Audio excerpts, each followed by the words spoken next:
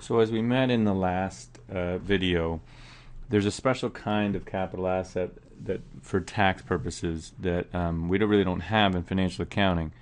Financial accounting is basically, intangible, or they have a life or they don't. So you depreciate them or you don't.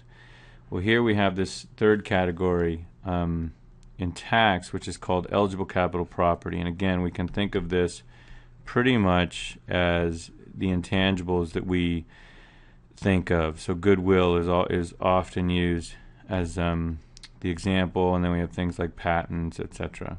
Okay, so this is the world that we're living in, and we'll use as our baseline the depreciable assets that we learned about last time.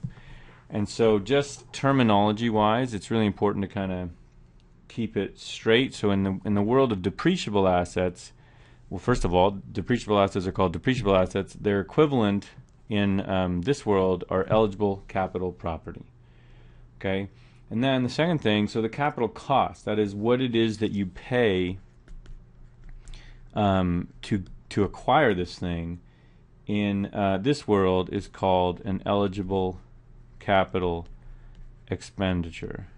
And of course, we'll see that all of these things end up going by acronyms, because if there's one thing we love, it's acronyms. So this goes by ECE. Okay, and this gets a bit confusing because there's a lot of C's floating around by the end of all of this. But anyway, we'll try to get there. So the equivalent of UCC is something called cumulative eligible capital. Okay, so we're not, and again, it does go by an acronym, so we've got CEC for this one. And it, anyway, I won't bother annotating that too much. It's not as helpful in the naming. Like UCC is actually really helpfully named, undepreciated capital cost. You get this idea that it's undepreciated, it has this potential to be depreciated. This one's not quite so helpful. It's just on an ongoing basis what's your eligible capital cumulatively. Okay, the equivalent of CCA is cumulative eligible capital, capital, and then a very nondescript word, amount. So you would think that would be allowance, but it's not. But who cares? All we really need to know is it's called CECA, and it's exactly like CCA. It's the amount that will be deducted in the given year. Okay. For depreciable assets, we have all these classes that we met last time. In this one, we have one class, so that's nice, right? Only one thing to think about, and it's a 7% declining balance, and that's it. That's all we need to know. The big difference, or one big difference between the two, is that when you buy a depreciable asset, ignoring the half-year rule for a second, the full cost enters the class. Well, in this case, that's not true. So in this case, 3/4 of eligible capital expenditures enter the pool, or the class, however you want to look at it. Okay, so this is a really important difference.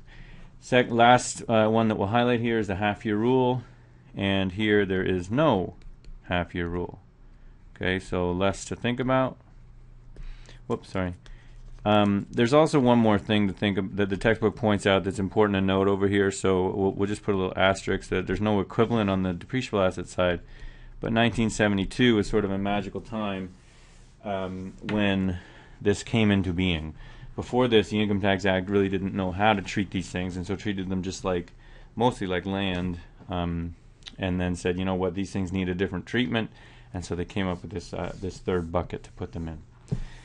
Okay, so speaking of buckets, I'm sure you have been sitting waiting for me to draw my first one, and I will, because I think in this case, cumulative eligible capital is really easily thought about in terms of bucket.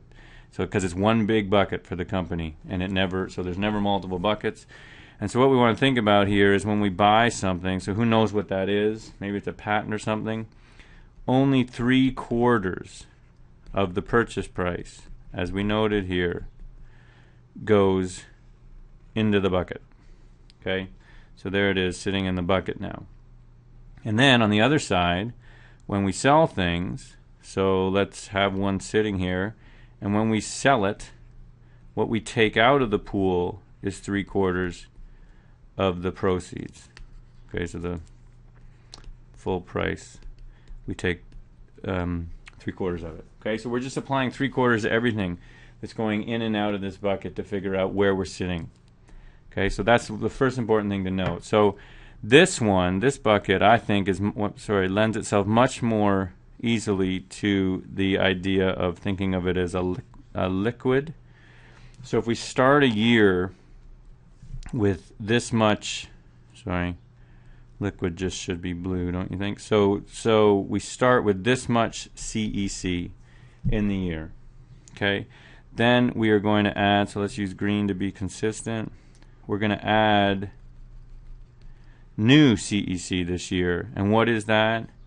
That is 3/4 of purchases in the year.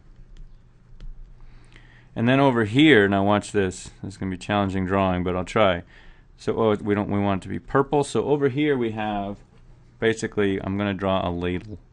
So this is my version of a ladle. Okay? And how big is the ladle? How much is it going to take out? It's going to take out 3/4 of the sale price, or the proceeds. Let's just put proceeds.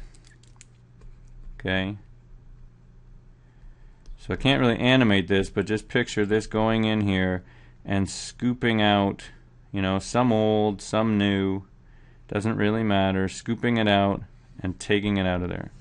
Okay, so after all is said and done, then after all this has settled, then we are no longer concerned about what's old and what's new.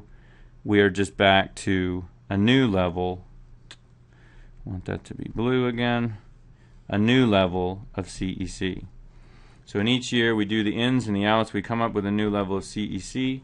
That's the amount that we apply 7% to get our CECA, and that is deducted. Okay? Easy as pie. Okay? The one complicating thing, or the complication that arises, is when we have a case where we sell off the last thing, or it doesn't even have to be the last thing, but we sell something, and there's not enough CEC in that bucket to cover it. So this is the complicating scenario. When the bucket is empty, well, more importantly, negative. Okay, so hard to draw. I can't draw a negatively filled bucket, but when that happens, then we've got an issue. So how can this happen? Well, this can happen rather easily, because all it means is you have just sold the remaining. So remember, there's always underlying assets here. So picture a patent or whatever. You've sold the remaining assets for more than CEC. Okay, so it's, again, the 7% is just getting applied each year, so there's no reason to believe that it's keeping up with the actual value of these things. Some of them are going up in value, some of them are going down in value. So let's just look at a quick scenario and see if we can understand what happens here. And I don't want you to get all caught up in the formulas. I'd really like it a lot better if you could capture the intuition of what's going on here. So let me just set this up quickly. So the opening CEC is $1,000. So these are all in dollars. The proceeds are $4,000. The full cost, important to know. Okay, that's the other thing. Sorry, let me just go back here. Everything that comes in to one of these buckets. So everything that goes in, here, let's just say, put it right here. So every asset has the full cost, which in the example I'm about to give you is the 4,000. So not the amount with the 3/4. Then we have this 3/4 cost, which is the amount that enters the pool. Okay, so you can call it the included cost or whatever you want to call it. They're two different numbers, and we have to keep track of both of them. And then each asset also incurs CECA. Now, not individually, So this is one we really don't even need. But it's the full cost and the 3/4 cost that we need to think about the most. Okay, so remember that we keep track of the full cost that goes in. Why do we do that? Well, as you'll see, we're going to need it. So we know that the full cost that went into this bucket over time of everything that's remaining there was $3,000, and then we have to be given that the previous CECA, so up over the course of the lifetime of this thing, of this company, the CECA on the assets that remain in that pool was $1,249. Okay, so if this is the case, we're going to sell this thing for $4,000. So we're selling the last remaining. Let's think of it as a patent sitting there for $4,000. Okay, so what happens? So when we do this, the first thing that happens is we remove 3/4 times $4,000 from the bucket. Okay, so let me just not bother entertaining that. So we'll remove 3, which is nicely set up to be $3,000. Okay, so when we take out $3,000 from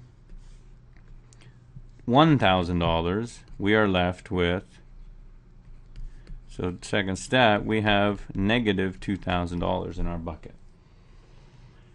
Okay, so now the question is, what do we do with that? So really what we want to get to is, what are the income inclusions?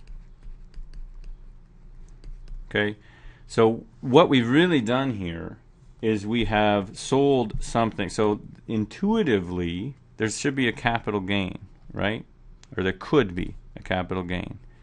And what would that capital gain be equal to? Well, all capital gains are equal to proceeds minus cost, which equals $1,000. Okay, the taxable portion of that is, or includable at 50%. So we would have a $500 inclusion. And we could say, okay, well, that makes sense. We sold something that had a cost of 3 and it had proceeds of 4. You go, but wait a minute, this thing has been depreciated. There has been income statement impact of how much? So this amount has reduced taxable income over the years. Okay, and you say, well, if I'm going to have only a taxable capital gain of $500, this seems to be an over deduction. Seems like I took a deduction for something that actually did not go down in value by that amount, and that's right. So we're going to have recapture, okay, which we met last time, plus recapture. And how much is that going to be worth? Well, in this case, it's just going to be worth exactly the amount that we've taken before. So our total income inclusion will be $1,749. Okay, that's our answer. Now there is a fancier, or the way that we get to it through the Income Tax Act is through one of these lesser of calculations. So we'll do it quickly so that we understand it. So the income inclusion, the other way to calculate it. So this is basically an alternative. This, I believe, is much more intuitive. And so if you can grasp that, intuitive, so if you, if you can grasp that, then do. But here's the technical, or the one that's straight out of the Act, and that is the lesser of two things. One of them is the amount by which you're over. Okay, so the amount that you are, the negative balance. The second one is the CECA that's been taken over the life. Okay, so we got a lesser of, so that's our number. And then we add that to a second element, which is 2/3 of the difference between those two numbers. Okay, so why this? As you'll see in your textbook, this is an adjustment because the inclusion amount here is 3/4, but the capital gain inclusion is 1/2, and so this gets us matching again. Okay, so that's why that's there. When we finish up all of this, what we end up with is this number here is equal to $500. And so the sum of, so how about we do it like this? Let's just summarize it over here. This is 1249 plus 500 equals 1749. Okay? So not only do we get to the same answer, we get the same two pieces of it, just in completely different ways. Okay? That wouldn't always be the case, right? If this ended up being the greater of, then all we would have would be the recapture. There would be no gain. But in most cases, or in this case anyway, this is the simpler one to think about. So there's two pieces of it. Whenever something's depreciated, we have to recapture what was taken, meaning take back into income what was taken out of income before, because it clearly, the economic loss that was represented by the deduction was not there. Didn't happen. So we have to put it back.